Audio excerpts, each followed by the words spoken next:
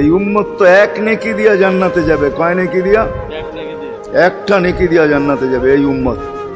অন্য উম্মতের কথা জানি না আমি, এই উম্মত এক নেকি দিয়া জান্নাতে যাবে। নবীর একটা আদর্শের কারণে জান্নাতে যাবে। সিরত মানি আদর্শ। আর এটা আমরা কদমে কদমে মুহতাজ। কেননা এই ছোট জীবনটা যদি গ্রহণযোগ্যতা পর্যন্ত পৌঁছাইতে হয় আল্লাহর কাছে, চাই নারী হই, চাই যুবক হই, চাই বৃদ্ধ হই, যেই মানুষই হই না কেন, যেখানেরই হই না কেন, যেই বাসারই হই না কেন, যেই বর্ণেরই হই না কেন, যেই পেশারই হই না কেন, যেই সোসাইটিরই হই না কেন, এই জীবনটাকে যদি গ্রহণযোগ্যতা পর্যন্ত পৌঁছাইতে হয় কার কাছে? দুনিয়াওয়ালাদের কাছে না, মালিকের কাছে, যিনি এক ফোঁটা পানির থেকে অস্তিত্ব দিছেন, যার কাছে আবার আমাদেরকে ফিরা যেতে হবে। পালানোর কোনো সুযোগ নাই।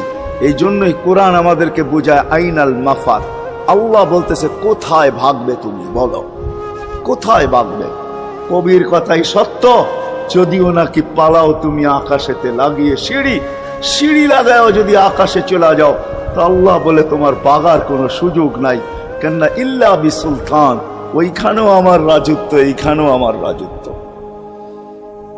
ডাইনো আমার রাজত্ব, বামে আগে পিছে উপরে নিচে সর্বত্র আমার রাজত্ব। আমার রাজত্বের বাহিরে যাওয়ার ক্ষমতা তোমাদের নাই। দ্বিতীয় কথা এটো, আইনা আনা মাআকুম আইনা মা কুনতুম, যেখানে যাবে ওইখানে আমি সঙ্গে থাকব, আমাকে দূর করতে পারবে না। যদি করো তাহলে তুমি থাকবে না, তোমার অস্তিত্বই থাকবে না। কেন আমাদের ভিতরে আল্লাহ নাই বটে, কিন্তু আল্লাহর একটা পাওয়ার আছে যেটাকে রূহ বলে। কুলির রূহ মিন আমরি রব্বি, আল্লাহর একটা পাওয়ার